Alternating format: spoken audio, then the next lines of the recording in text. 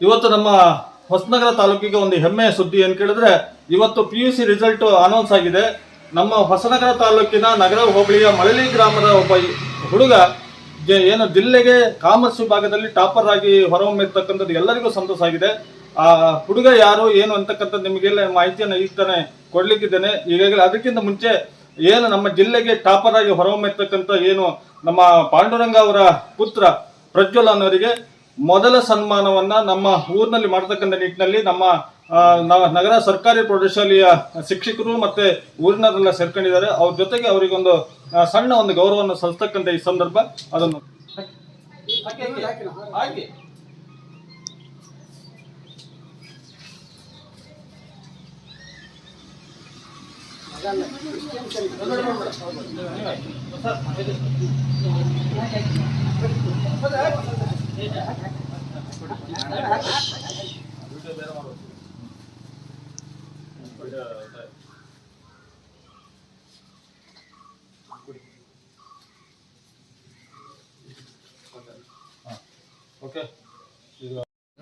ನನ್ನ ಹೆಸರು ಪ್ರಜ್ವಲ್ ಅಂತ.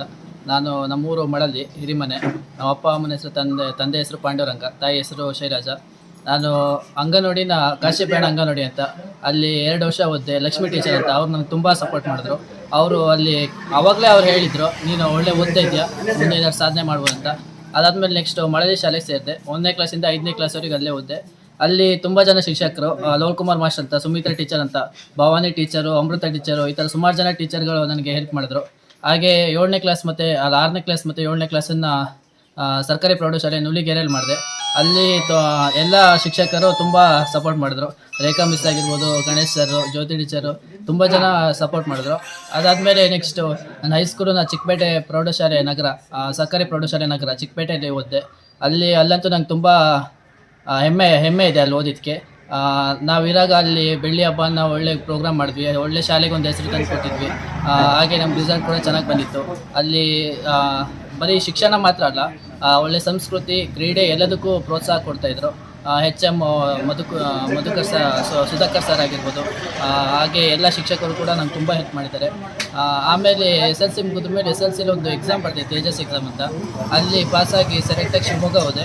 ಅಲ್ಲಿ ತೇಜಸ್ ಅಂತ ಒಂದು ಸಂಸ್ಥೆ ಅಡಿಗೆ ಓದ್ತಾ ಇದ್ದೀನಿ, ವಿಕಾಸ ವಿದ್ಯಾಸಮಿತಿ ಅಂತ ನನ್ನ ಕಾಲೇಜ್ ಹೆಸರು. ಅಲ್ಲಿ ಫಸ್ಟ್ PUC ಮಾಡಿ ಅಲ್ಲಿ ಸ್ಕೋರ್ ಮಾಡಿ ಆಮೇಲೆ ಸೆಕೆಂಡ್ PUC ಎಕ್ಸಾಮ್ ಬರೆದು ಇವತ್ತು ರಿಸಲ್ಟ್ ಬಂದಿದೆ. ರಿಸಲ್ಟ್ ನೋಡಿ ತುಂಬ ಖುಷಿಯಾಗಿದೆ. ಇಡೀ ನಗರಕ್ಕೆ ಒಂದು ಹೆಮ್ಮೆ ಅಂತ ಹೇಳ್ಬೋದು. ಎಷ್ಟು ಮಾರ್ಕ್ಸ್ ಬಂತು? 600 ಮಾರ್ಕ್ಸಿಗೆ 594 ಬಂದಿದೆ. ತುಂಬಾ ಖುಷಿ ಆಗ್ತಿದೆ. ಇದಕ್ಕೆ ನಮ್ಮ ತಂದೆ ತಾಯಿ ಕೂಡ ತುಂಬಾ ಸಪೋರ್ಟ್ ಮಾಡಿದ್ದಾರೆ. ಶಿವಮೊಗ್ಗ ಜಿಲ್ಲೆಗೆ ಟಾಪರ್ ಆಗಿದ್ದೀವಿ. ಹೌದು ಸರ್, ಶಿವಮೊಗ್ಗ ಜಿಲ್ಲೆಗೆ ಟಾಪರ್ ಆಗಿದ್ದೀನಿ. ತಂದೆ ತಾಯಿ ತುಂಬಾ ಸಪೋರ್ಟ್ ಮಾಡಿದ್ದಾರೆ ಸರ್.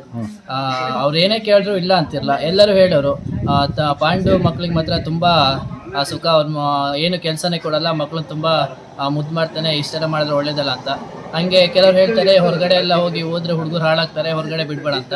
ಅದು ಒಂದು ತಪ್ಪು ಕಲ್ಪನೆ ಅಂತ ಹೇಳ್ಬೋದು ಸರ್. ಅಲ್ಲಿ ಹೋದಾಗ ನಾವು ಹೆಂಗಿರ್ತೀವಿ ಅಂದ್ರೆ ನಮ್ಮ ಮೈಂಡಲ್ಲಿ ಸೆಟ್ ಆಗಿರ್ಬೇಕು ಸರ್. ನಾವು ಕೆಟ್ಟವ್ರ ಜೊತೆ ಸೇರ್ತೀವಿ, ಕೆಟ್ಟವ್ರ ಜೊತೆ ಅದೆಲ್ಲ ತಪ್ಪು ಸರ್. ನಮ್ಮ ಮೈಂಡಲ್ಲಿ ಇರ್ಬೇಕು ನಾವು ಏನಾಗ್ತೀವಿ ಅನ್ನೋದನ್ನ. ಹಾಗೆ ಮತ್ತೆ ಇನ್ನೊಂದು, ಇಲ್ಲಿ ಕನ್ನಡ ಮೀಡಿಯಮಲ್ಲಿ ಓದಿ ಅಲ್ಲಿ ಸಡನ್ ಆಗಿ ಇಂಗ್ಲೀಷ್ ಅನಿಸಿದಾಗ ನಂಗೆ ತುಂಬ ಕಷ್ಟ ಆಗುತ್ತೆ ಅನಿಸ್ತು. ಆದರೆ ಅಲ್ಲಿ ನನ್ನ ಹಾಸ್ಟೆಲ್ಲಿ ರೂಮ್ಮೇಟ್ಗಳೆಲ್ಲ ತುಂಬ ಸಪೋರ್ಟ್ ಮಾಡಿದ್ರು. ಅವರಿಂದಲೇ ನನಗೆ ಇಷ್ಟು ಮಾರ್ಕ್ಸ್ ಬಂತಂತ ಹೇಳ್ಬೋದು ಸರ್. ಅವರಿಗೆ ತುಂಬ ಥ್ಯಾಂಕ್ಸ್ ಹೇಳ್ತೀನಿ ಸರ್. ಹಾಗೆ ಎಲ್ಲ ಊರವರಿಗೆ, ಶಿಕ್ಷಕರಿಗೆ, ತಂದೆ ತಾಯಿಗಳಿಗೂ ತುಂಬ ಧನ್ಯವಾದ ಹೇಳ್ತೀನಿ ಸರ್. ವಿಕಾಸ ಶಾಲೆ ನಿನಗೆ ಶಿಕ್ಷಕರು ಕೂಡ ಒಳ್ಳೆ? ಹೌದು ಸರ್, ಅಲ್ಲಿ ಮಾತ್ರ ಒಳ್ಳೆ ಶಿವಮೊಗ್ಗದಲ್ಲಿ ಟಾಪ್ ಲೆಕ್ಚರ್ಗಳೆಲ್ಲ ಅಲ್ಲಿದ್ದಾರೆ ಸರ್. ಅಕೌಂಟೆನ್ಸಿ ಆಗಿರ್ಬೋದು, ಎಕನಾಮಿಕ್ಸು, ಕನ್ನಡ ಎಲ್ಲದರಲ್ಲೂ ಒಳ್ಳೆ ಲೆಕ್ಚರ್ಸ್ಗಳಿದ್ದಾರೆ ಸರ್. ಅವರೆಲ್ಲ ತುಂಬ ಸಪೋರ್ಟ್ ಮಾಡ್ತಿದ್ರು. ಹಾಸ್ಟೆಲ್ಗೆಲ್ಲ ಬಂದು ಹೇಗೆ ಓದ್ತಿದ್ದೀರಾ ಅನ್ನೋದನ್ನು ವಾರ ಬಂದು ನೋಡ್ಕೋಬೇಕು ಸರ್. ತುಂಬ ಹೆಲ್ಪ್ ಮಾಡಿದ್ರು. ಓಕೆ, ಖುಷಿ ಆಯಿತು. ಹೌದು ಸರ್. Okay, thank you.